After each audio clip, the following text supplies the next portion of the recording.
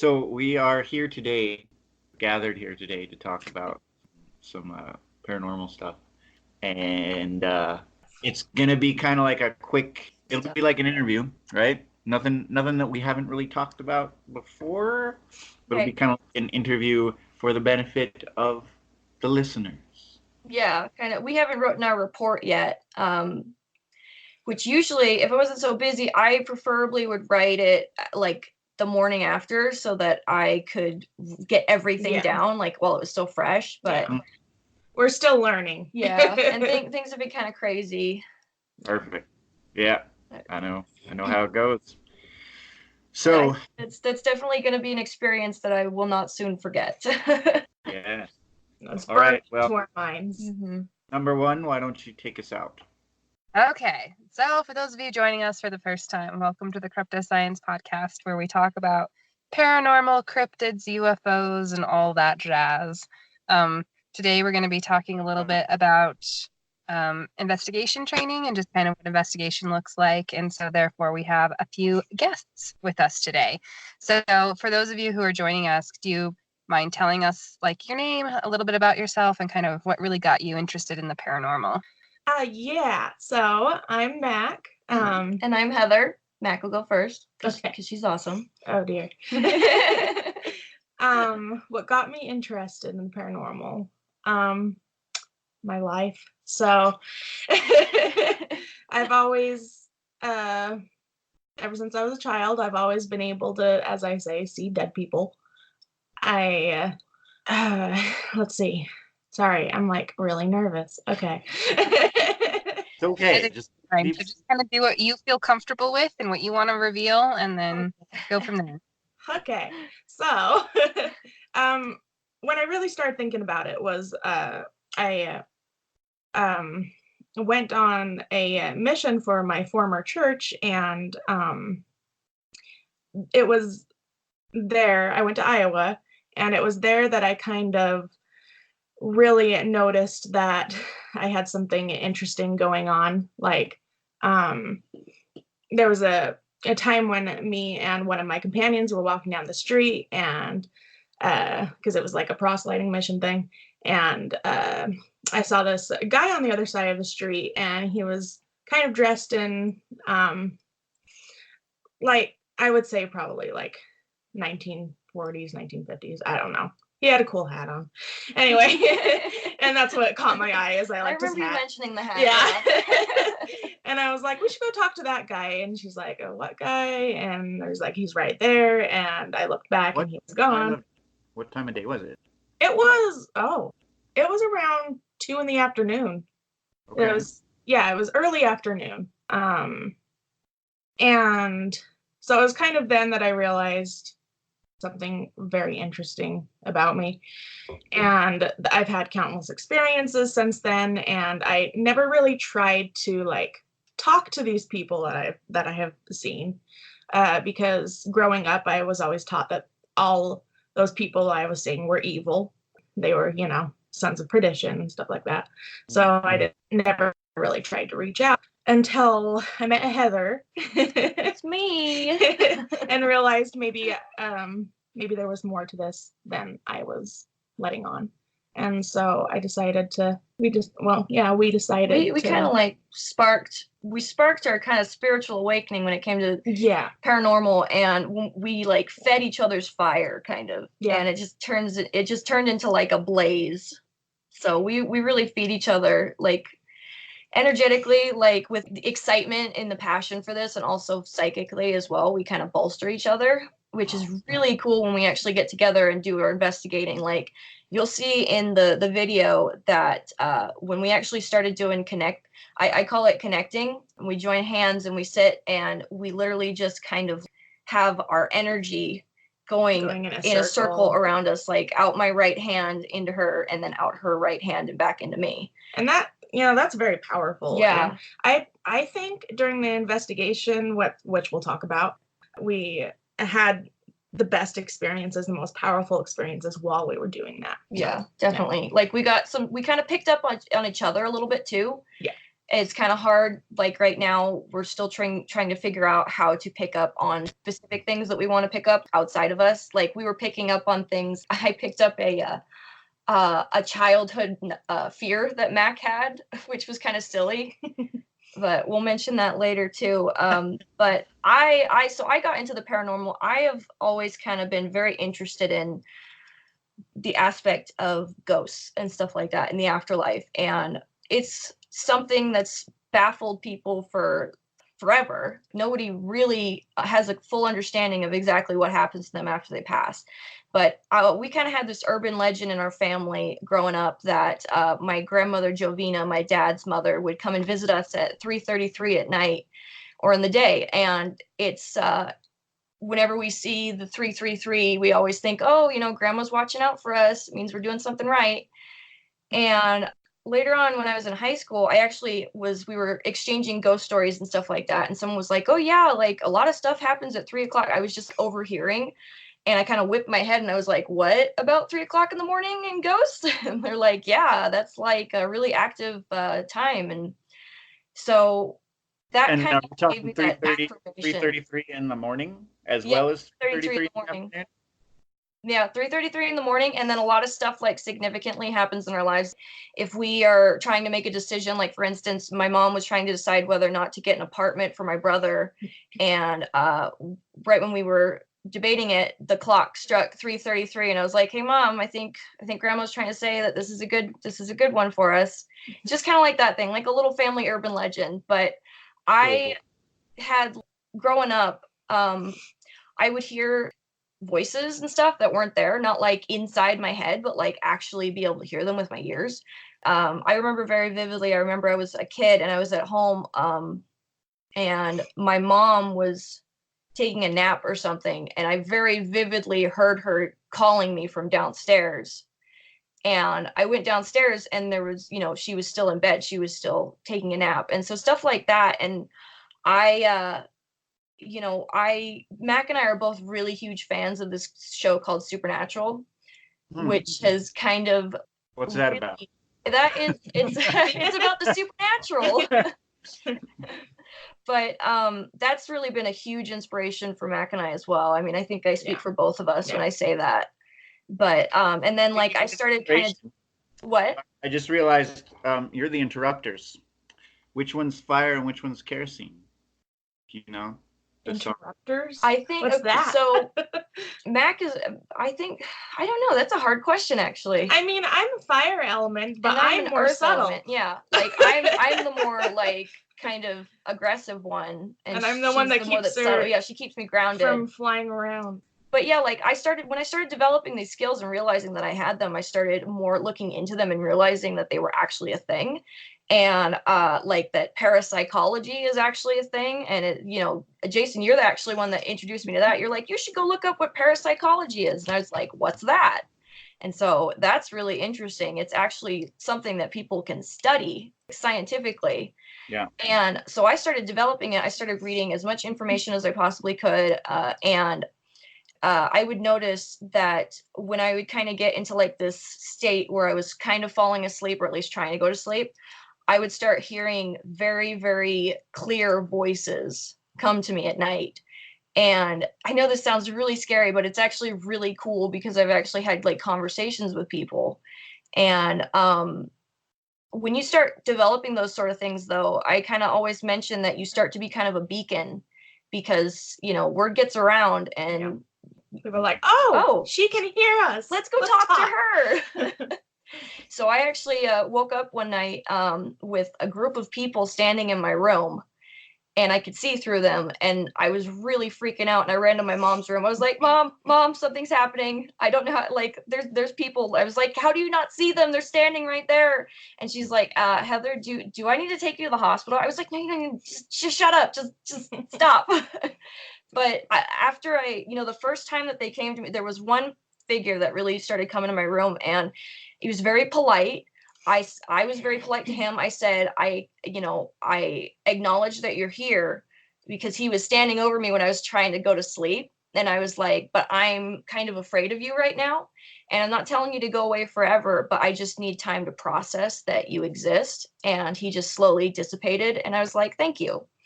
And I've had a couple people show up in my room. There was one person, I've kind of done my own little experiments. Like I told Jason, I told you about the flame experiment with fire, where that so was. I was actually wanted to talk a little more about that, in the context of, you know, you're kind of finding yourself along this path, right? Like you're coming together. You realize you have this gift and you have this connection with the spirits, and you're learning stuff about it.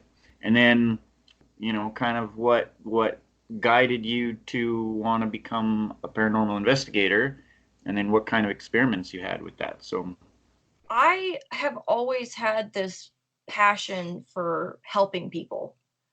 And I feel like I want to be able to help people on the other side, because I feel like it's so much different over there. Like they may or may not have the resources that we do, but it's like, what if I could be like a psychiatrist to the dead, you know, or like a therapist to the dead, and help people cross over, or help people reconnect with their loved ones that are still alive, or help people finish unfinished business on earth so that they can cross over.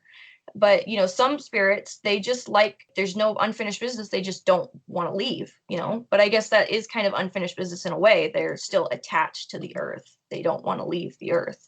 whether they want to or not, maybe, you know, there might be some situations where they don't even realize that they're in the state they are, right? A lot of distraction, or even a lot of, you know, religious dogma that's imprinted on it too, because, you know, Catholics have a strong belief in purgatory, right? And so there are lots of folks who are in the camp that think like a haunting is kind of a form of purgatory, right? Oh yeah, well certainly. Yeah, I actually have like a whole essay that I wrote on kind of looking into religion and kind of connecting it with what I know about things spiritually from, you know, speaking and communicating with spirit guides and spirits on the other side of what they've told me. But there are certain things, like I've been told outright from a spirit, that as like living beings, there are only so many things. There are certain things that we are not meant to know. And they've told me that like straight out. Maybe that we can't comprehend now. Maybe we're not meant to like I mean, I don't know, maybe if it's even possible for us to interfere in things. Safe. Yeah, maybe it's not safe, or I don't know.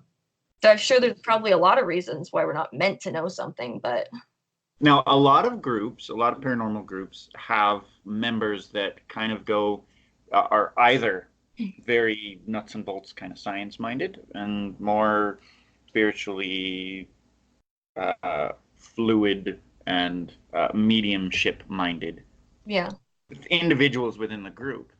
Now I feel what's kind of interesting, what I've noticed about our members, are that we're many of us are kind of a blend of both worlds, and I think you two are both really excellent examples of that. Thank you. Would you mind expanding a little bit about how you bridge that kind of scientific and spiritual in your research process? So verification is very important. That's something we learned in this last one. This was our big lesson. Our big lesson that we learned in this last investigation is being objective and verifying information. Because I could easily sit here and be like, oh, I just got a thought that popped into my head. It has to do with this investigation. But really, I'm just thinking about hamburgers or something. Yeah. Like the ghost, you know, they probably were thinking about hamburgers. But yeah, I think that's one of the things to kind of like recall or remember, is that sometimes we get so excited and over enthusiastic that, you know, we think everything means something. And so being very careful that sometimes a hamburger is just a hamburger.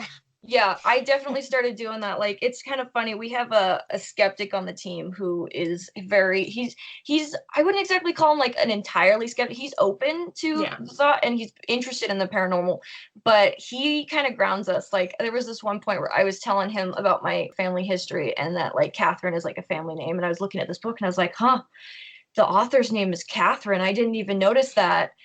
And like, there was this funny thing, and Mac took something that was given to her that she thought was supposed to be put back, and it was like an arrowhead, and we'll talk more about that. Yeah.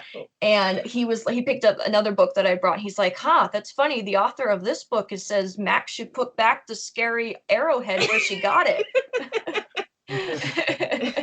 So yeah, he's a bit of a skeptic. Yeah, but he definitely helps ground us so we don't like run away with ourselves. Yeah. You know, but how we keep that in check is we have to have things that can scientifically verify. Like if Mac and I feel something energetically, if we have an EMF detector to verify that shows that we're not just, woo-wooing, And if we are having a conversation with a spirit psychically and we get words that correlate with it on a word box or a spirit box or an EVP even, then that is verifying that we're not just going away with ourselves. And there are so many different pieces of equipment and ways to do that. And like, for instance, with the candle experiment, where I had kind of this hypothesis that I thought maybe, spirits that we know can harness energy from living things. So, they can kind of zap us of our energy and use that to manifest. And I had a theory, or sorry, not a theory, because we're speaking scientifically. We don't want to say theory, we want to say hypothesis. That just as good. Hey. But I had a hypothesis that spirits could get energy from candles, like open flames. And so I had a spirit that I strongly believe was actually my grandfather show up in my kitchen in the middle of the day. And I was trying to get an EVP from him that all came out complete static, like almost like someone was talking in the microphone, like, like that, like with their breath. But that's another story. Anyway, the candle. So I said, okay, wait right here. I want to try something out. And I went to go get the candle, and he waited very patiently. I was actually very surprised that he was still there when I got back. And I put the candle lit in front of him, and it's like he knew what I wanted him to do. He put his hands around the candle, kind of like cupping it around, and he kind of like moved his fingers a little bit. And then there was a purse, my mom's purse, and a Jello mold was sitting on the counter, and he was able to take his index finger and push the purse with the Jello mold like 6 inches across the counter. So, and I took that as verification that he was able to use that energy, What happened to the candle when the purse was pushed? I think I was just mostly like just enraptured in the fact that this purse was moving across the counter, but I wasn't really paying attention to exactly what the candle was doing. I know that when he had his hands around it, it was almost like bending towards his hand, And Mac and I have actually done some experiments. I think it's a form of telekinesis, where you can use your energy coming from your hands and you can actually bend the flame. That's actually what I started with when I developed my psychic stuff. That was one of the first things that you taught me. Yeah, I brought over a candle. I was like, hey, Mac, you want to try something cool? Janae, were you with us when we did the metafocus experiments? That was with what's her face? Ember, yes. Sorry, didn't remember her name. Yeah, I was there for that. Yeah. Nothing for me. Yeah, we didn't. We did kind of do some like energy experiments, kind of similarly, like kind of experimenting with our own psychic energy and trying to produce some telekinetic results that way. A lot through like kind of altered affecting through meditative states, seeing if you can affect different things if you're in different states of consciousness, kind of thing. I don't feel like we got too much out of that, and a lot of factors there, but that's really awesome. And I feel like it comes down to a matter of it's kind of talent, right?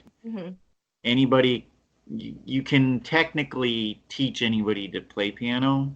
Yeah, that's the exact analogy that I use. I mean, like, you can do a candle thing a lot better than me, but that's because you've been practicing for so much longer. You're so much better at seeing them physically with your eyes. Yeah, I know, but like, yeah, I was just saying it's a matter of like practice and like, yeah. But going back to like what we were talking about. I think verification. Yeah, verification. Thank you. with like the spirit box that we use, we just use It was like a little word Steve library. Huff, Like, is that what his name is? yeah, Steve Huff from Steve Huff Huff's- Paranormal. We used the portal. Yeah, the portal, his app. And then we used a couple other ones that were very I vetted all these apps. I like looked at them and made sure that they were legit. And my favorite one was it had an EMF detector in it, and it had like a word catalog that they could pick and choose from. And that's the thing that I was really skeptical about, was like with the words coming up, I'm like, okay, you know, as humans, we can connect things so easily that, you know, aren't really there and stuff like that. And so, sorry, I'm really bad with my words. No, But a lot of our listeners are very novice. So if you wouldn't mind, real quick, kind of give a really basic breakdown of what this equipment is that you're talking about. yeah. I guess so let's start with 101. Ghost hunting 101. Yeah. Only we don't use the term ghost hunting. We like to use paranormal investigating. Because ghost hunting applies like aggression. Yeah. And I mean, it like it's one of our things is you know, Dude, we go in, I'm all Van Helsinged up. Gun belts with holy water vials. like Heather was talking about, like these people, these spirits, you know, they are human as well, and we want to be respectful of that while being safe ourselves. Yeah. Yeah. I was going to mention too, the EMF detector, which stands for electromagnetic frequency, it can detect the fluctuations in, like, for instance, electronics give off electromagnetic frequency. So a good way to test to see if you can download an app on your phone, because your phone has the capability to sense these frequencies. But how you can tell if the app is actually legit or not, because you have to kind of look at these apps that you get on, especially the free ones, with kind of a skeptical eye. If you take the phone and you put it next to a light bulb that's lit and it spikes, that means that it's legit. Yeah. And so that kind of brings into play that there could be a lot of interference. Is what? That the app is legit, you mean? Yeah. Because your phone, if you get something, it's like a sensor box app, it'll show you and test all the different sensors, which can also be another valuable tool that's not necessarily designed for paranormal investigating. And then I was going to mention too that when we had the EMF detector going in the word box, Mac and I were doing our connection, and the EMF detector started spiking into like the red while we were slowly building into our meditation and connecting. So I thought that was really cool, and it happened again later on, and I was very upset about something, and I was focusing a lot of psychic energy at an individual, and we got on camera too that the EMF spiked really high, and a ghost actually told me to be calm. Yep. And the voice box usually does, or the word box usually only says about one word, like very rarely come up with two words. But yeah, I was like, okay, you're right. I'm sorry. I'm getting really worked up about this, because he told us some very upsetting stuff that was not true. Can you describe a little more about the word box, please? So the word box, it uses like a library or a bank is what they call it, of words. The spirit word bank. Yeah, word bank. Thanks. That's Sorry, I'm laughing because of something that happened during our investigation. Okay. But they can pick and choose from those words and using their energy. It's kind of technical, but that's kind of right. Yeah. That's the basis of how it works exactly, and those are really cool. Like, people might have heard of the Ovulus. They use that a lot on like TV stuff. I wonder what the app. I can look up the app real quick to see the one that I actually really love. Using these are all in apps. These are like all apps in your phone. Yeah. I've all been using the apps because we don't have any like equipment. We don't have money or equipment. We don't have money or equipment now. Just for the benefit of our listeners, we're operating literally on zero budget. Yeah. Well, and that's really funny too, because like if you even think about how we're live streaming, like I'm just using my phone, so like it's amazing how remarkable of a technology a phone is these days. I know, right? It's like better than my computer. Wow. Yeah. And so it's really fascinating, like the things that you can find and explore, and what people are doing with phone technology. Mm-hmm. And what's open source over the internet and stuff. Yeah. Star Trek tricorders. Yeah. But yeah, I like I said, when you look at these apps, you need to look at them very objectively, because some of them are made for entertainment. Some of them are made to look like they're made for entertainment, but actually be good for paranormal investigating. But they need to look like they're good for entertainment because that's going to get them the most downloads for the people that, want to get it for fun and like jokes and stuff, but also the people who want to use it for paranormal investigating, And ask Heather, I'm a very cynical when it comes to the apps. But I'm that's no, good. I don't know. That's really good though. Hey, when we're done, why don't you send a list of the good ones? Oh yeah. I'll definitely do that. Those in the show notes. Yeah. Well, and I think it's always really good to be skeptical. Like, I think there's like it's that level of kind of helping to keep grounded. Like, you don't want to go too far the end of like skeptic to where you're so like skeptical you're closed to a lot of potential new science. Yeah. But then you're also like, oh, every new thing is drawing somebody in as well. And so I think that's, and then having a group of people that kind of balances out. I know having somebody on your team going in who's skeptical a bit more, it's like so helpful in investigations. Yeah, just as long as they're like being respectful, Yeah, like respectful skeptics. I think because like you're able to get a lot more legitimate information from that. Yeah, and we actually kind of the main topic and the main lesson to be learned from our investigation, like I was saying, was being objective. And that kind of took us down this big old rabbit hole. There was this guy who was supposed to be he was in I want to call it like a probationary period to be in the investigative team. But we were doing it at his house, which we know now that people who are directly related to the investigation should not be on the investigation team for that investigation. That's a lot of investigations. That is. Yeah. But like a conflict of interest. Exactly. Yeah, it was a conflict of interest. Yeah. And so he started acting like very weird, and like he kept walking off and like very out of it, and like at one point he even like fell to the ground and like was holding his head like in his hands like this, and he wouldn't like talk to me and stuff. And you can tell on the camera we're all getting really very annoyed and exasperated because we are like, okay dude, really?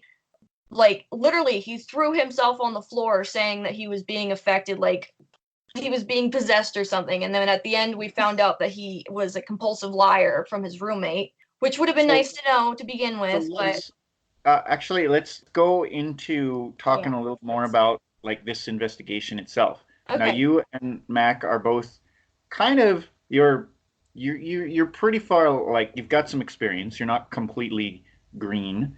Okay. Yeah, we do. Yeah. We got an investigation under our belt. You've got and you're training through the process to become formal cryptoscience society investigators, but you guys are pretty on the level already, so it's kind of a formality, right? But for the benefit of the listeners, I wanted to talk a little bit about the process of the actual investigator training first, and then the process of your investigation that you just did. So let's talk about the process of training first.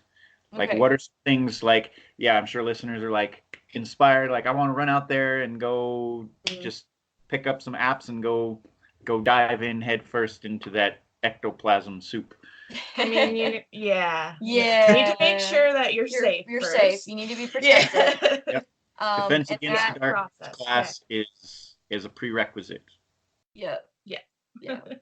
So first thing that I would say to anybody who wants to look into paranormal investigating is you need to be protected and safe, both physically and energetically. And you can do that in, different ways. I go to religion and I go to meditation, my own internal energy connected to my higher power. And I find protection and safeness from that.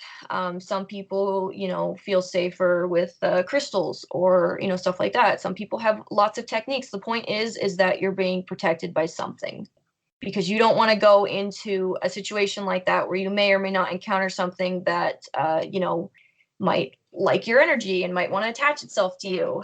Well, and going into that, something that you told me, so we wear, our rosaries, the during the investigation, and like when we first started getting into this, I told you, I was like, well, what if these just don't really work, and you said that, well, it doesn't matter if it really works or not. It's your intent. Like, if you're putting your energy into it and saying that, how did you describe it? You described it a lot better than me. I have no memory of this conversation. Really? I'm sure it happened, but it's I know. Remember, we were talking about symbols. Okay? Yeah, because, that's what it was. One of the symbols that Mac and I really like is the Devil's Trap from Supernatural, but it is a pentagram, and it's all about the meaning of that symbol to that person, because a pentagram might mean evil to someone else, while someone who knows more about the history knows that an upright pentagram is actually a protection from evil. But to someone else who believes that it is evil, they're going to get a different effect from it. Yeah. Like a reactive phenomenon. Yeah. Yeah. Yeah, kind of like everybody drink. Yeah. Wait, I don't have anything to drink. So yeah, just it's all about the energy that you put into it is what you're going to get out of it. And that's one of the big reasons too why I say that the law of attraction has so much to do with this, because if you go into an investigation thinking, oh shoot, I'm going to encounter something evil, something's going to try to attack me, that's a lot more likely to happen. But if you go in, and this is something I'm very adamant about, is doing it in love and acceptance, and not just expecting everything to be dark right off the bat, which is kind of what this guy was doing, which made me very upset, because I feel like we could have done a lot more good there for the spirits if he hadn't derailed our investigation by making it seem like something was attacking him. And then I guess like the other point too, in terms of safety too, it's just like logistics of anything. It's like, let someone know where you are. Exactly. You never investigate alone. Yeah. Never investigate alone. Buddy system. And then we have a safe word too for when things get too hot and heavy. It's shenanigans and people come running. Nice. Code word shenanigans. Calling shenanigans. It's awesome. Shenanigans on that stuff. When we started the group back in the day, back in college, we had a checkout sheet, right? Like check the boxes. You got to do one of these things, and we have observation by a qualified investigator and an evaluation process and stuff like that. And we've got a list on that checklist. And maybe we could run through that really quick and see where we're at with everything, and maybe some of your impressions and thoughts. Janae, did you have something to add? Oh, I was just thinking in terms of, since this investigation was such, like, I think a really fascinating thing, that might be a good way of like exploring it. Just like what happened in the interview process, and then what happened with different aspects of that kind of played into it. Right. So I think we talked a little bit about deductive reasoning and stuff already. Right? Yeah. A little bit about mission planning, at least as far as this particular one's concerned. Tell a little bit about like what, how you chose this spot, and maybe who your contacts were, and how you went into setting that up. So this investigation kind of fell into our lap a bit. It did, in fact, even though the guy lied about everything that happened to him, it was in fact a spiritual, like there were spirits there. Yeah. We got a lot of good things. We got a lot of good stuff. A lot of good evidence. Just not. It's funny because we actually, looking back at the evidence now, I realized that they were actually trying to communicate with us that this guy was full of BS. Yep. And I could tell that they were getting very upset with him because they were being misrepresented by him. But we met this guy. It's very good to go to like places where you're going to find like-minded people, because these places is actually where we got this investigation. We went to a gem and crystal fair, and we met people that were more kind of into the spiritualism and more open to that sort of stuff. And you were trying to do a different site when we were first. I kind of like my big white whale is the St. Anne's retreat up in Logan Canyon, which we still want to do. We're trying to get in contact with the owner, but it's proving difficult. I picture you with a spear on the boat in the desert, which is out there. My spear is love energy, though. I may have. spirit of love energy. Love and peace. Oh gosh, you should have seen Mac and I trying to cleanse the house. We just like we're like Love, peace. happy Favorite thoughts. thoughts. We're doing like interpretive dance with the smudge, like happy thoughts, love, brightness, puppies. But Anyway. yeah, anyway. All by spirit puppies. Yeah. So we met this guy at the gem fair. Yeah. Okay. Yeah. Yeah. Mac and I got a very not great vibe off of him right away. But we were so excited. We were so excited about having an investigation that we really kind of pushed it back. We pushed back our own personal discomfort for the investigation. Yeah, that's weird, because I've never done that, have I, Janae? No, not at all. Of course not, Jason. But yeah, and then we went over to his place to have what I call an initial walkthrough, where Mac and I both have a notebook, and we don't say anything to each other as we walk through. We just write down our impressions. One of the things that we kind of learned about this part is that we should do that walkthrough that you're talking about before we do the interviews. Yeah, before we do the interviews, because he told us about what was going on, and then we were expecting something. Yeah. So that was. And I think it kind of skewed our information that we interpreted. Yeah. The seed's been planted, and now you're looking for it. Yeah, exactly. And then Mac and I, after we did our walkthrough, he gave us a tour of the place. Mac and I went to separate rooms, and we did a 20-minute meditation and kind of felt what we felt, and we wrote everything down. And then at the end, we compared notes. Yeah, and so should I tell him what he said was going on? Yeah, okay. Go ahead. Yeah. So, one of the things he said was that the house burned down, and then later it was burned down twice. Yeah, anyway. That was later information from apparently a neighbor that had air quotes. I'm using air quotes right now. Had been there when it burnt down the second time, but conveniently he didn't speak English, and then also conveniently he left to go to a funeral for 3 months. Yeah, so we couldn't interview him. So yeah, it's very important to verify everything. Yeah, and then we couldn't find any, like, I don't know if it's just hard to find archives because it's a residential, but we were trying to find any information about a house fire, Mm-hmm. But it was kind of funny. He was like, oh, you see these scorch marks on the walls, and like we scrub them so much, and we can't get them. And like on camera, you see like I scratched the soot off with my nail. And I was like, okay, really? That's interesting. Good to know. Cool story, bro.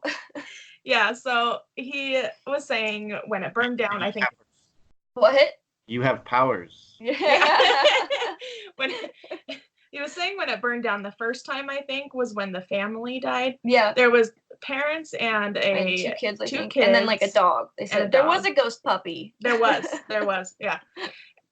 So the first, it was the 12-year-old son had accidentally started the fire, and all 4 of them died. This is what he told us. This is coming out in the interview, right? So you did the interview before you did your walkthrough, right? Yeah. Yeah, we did the interview before we did the walkthrough. A little bit about the interview, because it sounds like it was kind of a... Yeah, he gave us a lot of, like, he as far as reliable witnesses, there was some stuff that he said that made Mac and I kind of raise our eyebrows at each other. Like, he said that about this one instance that he had where he was, like, levitating and stuff off of his bed, and that was how she like attacked him, which has happened. But he also mentioned that like she showed up a lot more when he was like really drunk and stuff. So is a succubus? What? Is he under attack by a succubus? No, I don't think so. I really, now that I want to be under attack by a succubus? I think he wanted to be under attack by a succubus. I think he was trying to make us believe that he was trying to make it romantic. Yeah, like he was like because I don't know. I think I misinterpreted some stuff, and it ended up turning into like he was like playing with this narrative that the ghost wanted him to like The date female her. ghost. Yeah. And he was The like, daughter. I just got an EVP that said, I will kill you if you do not date me. And I was like, can I verify that? And I listened to it and I was like, yeah, that's Andy talking in the background. And he's not saying, if you won't date me, I will kill you. Yeah. Yeah, he Hold had on. a lot of fantasy. Dial it back just a little bit. Sorry, I go on rants. I apologize. Yeah. We kind of both do. It's okay. So Also might just, especially since other people will be listening to this, trying to keep things as anonymous as or like vague as possible in some ways. Yeah. But yeah, I think it also like going back to kind of like the whole interviewing process, how important it really is, and how much information you can really get. And then it kind of helps to protect yourself into like being very careful, like what is this information, what's being said to me, and then how are we going to go into this investigation based on the witness account.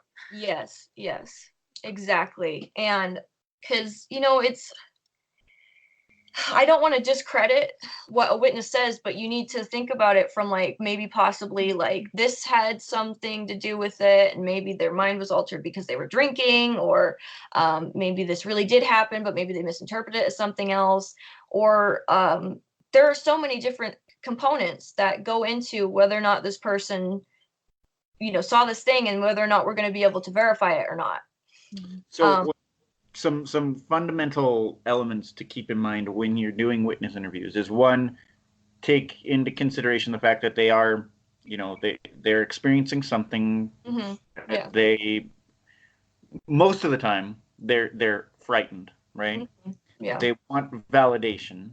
They Yeah. feel like they're being, they have a concern of ridicule because this is weird, and there's these social stigmas about it. Yeah. So they just want to be heard. One. Mm-hmm. So many of the stuff that we hear, people just they want to like vent. They want to tell their story. They want to just vomit language at you about all of this crazy stuff that's ever happened. Yeah. And so kind of guiding the conversation to get the information that you need to verify here, right? Like, what's the core of the phenomenon? What is actually happening? Yeah. What is it that they believe is happening? Mm-hmm. So whether or not it's verifiably real or not, it is real to them to a degree. Well, like when he was like falling on the floor and doing his stuff, I was just ready to just have it and just be like, okay, just stop. But like Heather was saying, well, we need to treat it as seriously as possible. Like it's like a fire drill, I said. Even if it's just a drill, but if you don't know it's a drill or not, you need to act like it's a real fire, or people might get hurt. Yeah. And that's mostly what I was worried about. I mean, we should have really gone with our intuition on this, because we had a bad feeling from him from the get-go.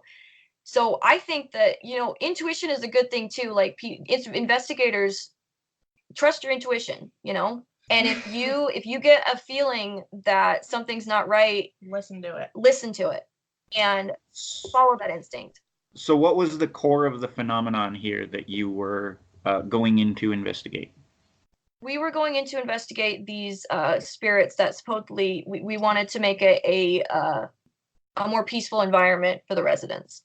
Mm-hmm. And so we were under the impression that this guy was being attacked. There was poltergeist activity. Yeah. And we wanted to go, and, Mac was actually very adamant. She's like, I feel like, you can tell him like how much you're. Well, there was during the meditation that we did, the 20-minute meditation in different rooms, I got a very strong impression that the parents contacted me. I didn't feel like they were here. Yeah, I got the same feeling too. But I felt like they were. I got a sense of like almost doneness, worried, just all sorts of parental like concern. And so what we initially thought was we need to help these children so they can cross over with reunite with their parents. Yeah. Because it felt like almost like from the narrative that we were working in, and that we understood it as, was that these kids were stuck in the house. For some reason, they were still attached to the house and they couldn't leave, but the parents could leave, but they wanted to be with the house for the kids, but they couldn't move on. They couldn't cross into the light or whatever you want to call it until they knew that their kids were going to be okay. Like, and it was very powerful. Like, we both teared up. Like, we both there was teared some up. very powerful. And Mac walked in when I was finishing up my meditation, and we just finished up writing, and we looked at each other. I was like, that was wow. Like, we got so much emotion coming from that, and it wasn't anything negative. It was just love and concern was what we felt. And I think that can be said, you know, despite the narrative that may or may not have been true. This is the emotion that we felt, and you can't really. Well, and it's important to note too that I did feel that doneness, that exasperation as well. Yeah, and now looking back, I think it was because this guy was, you know, lying about them. And we'll go into that when we get further into the investigation. So beyond so your meditations and your mediumship impressions, what evidence did you collect?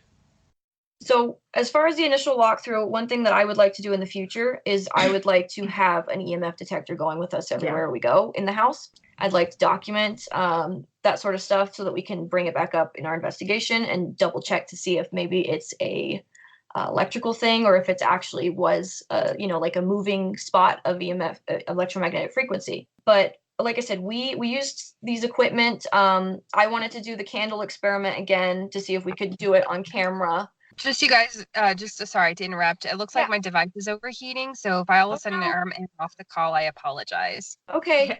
Yeah. To do the candle. Yeah, we want to do the candle thing, but the investigation got cut short because we, you know, he cooked us out early for reasons that I'll go into later. But it's kind of it's a tricky beast with the there she goes. Yeah, he's gone. Janae, we miss you. But how do you, there has to be a happy medium between being able to verify something electronically and with actual data, and being able to verify like your psychic feelings, you know. There has to be a happy medium, there has to be a connect. I mean, there was like a hole in the wall in one of the rooms that he said that like poltergeist activity threw something at, but we can't, there's no way to verify it because that. You know. Right. So that's kind of the tricky thing with any paranormal investigation. It's kind of like, we've got our witness interview and we've got our physical data, and then what we know is happening, but we can't scientifically verify. Sorry, I didn't mean to interrupt you. I apologize.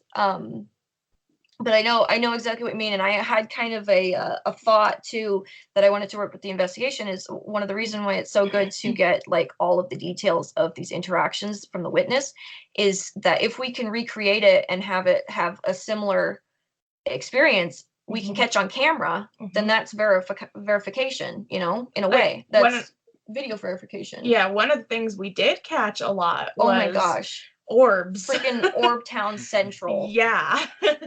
And we also, there was a little session just me and Heather did in the bathroom where supposedly a man named Ethel died, which that came from a different source, not that came from the more reliable source of the one who actually kind of cleared the air with us and told us what was actually going on. And we actually caught his breath on the camera. Yeah, and we got an EVP, which was super clear. Wow.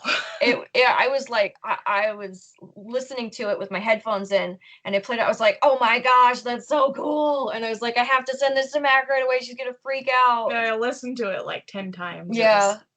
Anyway. So then that brings us right into the analysis section, right? So data analysis. You've got some juicy bits of data to sink teeth into. How do you go about analyzing it? How do you know this is an EVP? How do you know that this is not just a false positive? Yeah, like an accidental, say, a corruption or something that wandered in, an audio bug, if you will. Yeah. And I think kind of you definitely need to be able to look at it digitally. I find it really helps being able to see the sound waves when you're looking at an EVP, making sure and verifying that like someone's not moving the camera around with their hands, or that there wasn't background noise. And when we do hear background noise or like someone's sighs or something like that, we try, I've been very adamant about making sure that people are like, okay, that was me, I just sighed, that's not a ghost sigh, or that's not a ghost sneeze. So that definitely helps verify that what you're actually hearing in the headphones when you go back to analyze is not something that somebody just didn't, they didn't clarify was them. And that's why that's so important. But you have some audio visual experience too, don't you? I'm more visual. Andrew's kind of the audio guy. Andrew's he's the other regional manager. Yeah, he's a lot better at audio than I am, but I'm a lot better at video than he is. So I guess we both have our strengths. But I don't know anything about either. But that makes a really good investigator and a data analyst, because as we've always approached it, we kind of take a look at it like we have this piece of evidence. We have this artifact in a video or a sound file, and we look at it from a point of view of like, what would I do as a audio technician or a video editor, or what to create it, right? What would I do to hoax this? What would I do to make it happen? And if there's less on the side of being an easily generated, easily faked kind of situation, it lends more credibility, especially under the circumstances, because you're documenting how the evidence was collected, right? You yourself collected this evidence, right? If it's a video that's been given to you to look at, then there's a chain of custody. Like, well, where did it come from? Who generated it? And exactly. Where did it come from there? And everything along the way. So those are all things that people need to keep in mind when we're looking at a video, or photo, video, audio, any of that. And would you agree? Oh, totally. Absolutely. I completely agree. And one thing I thought of too while you were saying that was like, for instance, with the orbs, we made sure to get visual confirmation that it wasn't dust, because we showed what the light with the dust flurries looks like versus the orbs, and they move very differently and they look very differently. And so we have that verification, and we can put it for viewers side by side, so that they can compare them and know that this is not just a dust flurry that caught on camera. This is actually an intelligent entity that's an orb. Yeah, that's also a good indicator that something that appears to be an intelligent interaction with this manifestation, right? There's a whole orbs are a whole topic we can dive into. And then there's the whole topic of like residual versus intelligent energy, and that's just a whole thing. Right. Yeah, we can do a whole episode on each of those, which probably we will eventually. So that brings us to the report. You haven't written the report yet, right? No. But I look forward to it, because I like to think I'm very eloquent when writing. And one of the things that was so important that we learned with our process is, when you do the initial walkthrough, you need to have scheduled it out so you can do the investigation at least like a day or so afterwards, because when you go in and do that initial walkthrough and you're stirring stuff up psychically, you started, and you can't just walk away. You can't just walk away, because things are going to get more active for the people who have to deal with that, like during the day. Because we didn't schedule that, and then we had to like push aside things because we had to go back and kind of fix things that had happened. We had to finish, or we thought so anyway. But I think that's a good thing to do. Definitely. Sorry, I had to add that because it's important. So I'm excited for the report, and and when you do write the report, we will post it on the journal, on the blog, snazzy on the website. Link it to this episode. Yay! Okay. So yeah, I mean, really awesome. That kind of we're just about out of time, so that's perfect. And that's all the time we have today, folks. Yeah. But yeah, this has been great. I'm really excited to have you guys on the team, and Yeah, we're excited. So psyched. it sounds like you guys you're doing it. Like I have no problems with you guys just handling it. I think you're doing a great job, and you're doing a great job with Just high five, by the way. Yeah, Yeah. that was a high five. And you're doing a great job with the videos, and Andrew's doing a good job with the audio and all that. So we're happy, and maybe we'll get him on to talk about. He wants to do the Shiloh Battleground out there in Tennessee. Oh yeah, he was mentioning. Yeah. His first experiment. So we'll catch up on that and see how that goes. Next time on the science. Oh gosh, I Crypto messed Science it. Society. I messed it up. Next time on the Crypto Science Society. Yeah. keep an ear out. There's more good stuff coming. But thank you so much for listening. Your support is greatly appreciated. If you like this podcast and would like to hear more, please subscribe and share and let us know what you think in the comments. Find us on Castbox, Google Play, Stitcher, Podbean, Podcast Addict, Radio Public, and of course you're welcome to email us at cryptosciencesocietyx@gmail.com. Follow us on Facebook, Instagram, Twitter, and YouTube, and visit the website at sciencecryptojournal.wordpress.com. We are sponsored by the Turn a Page Bookshop. Everything is done by the Crypto Science Society and its members. Written, produced, audio, video, edited. We are a multi-headed entity. I've done this one before. Yeah, I remember. Yeah, I edited that video. Multi-headed beast. The Crypto Science Society is great. If you want to get involved with us too, let us know. We'd like to have you. So, thanks, Mac. Thank Janae, you. We lost Janae in the time stream. Yes. She fell off the ship into the portal. We'll get her back. We'll loop back around and find her. Yeah, we'll send a search party, a rescue team. Yeah. Until next time. Until next time. Thanks a bunch. Thanks for joining us. Bye-bye.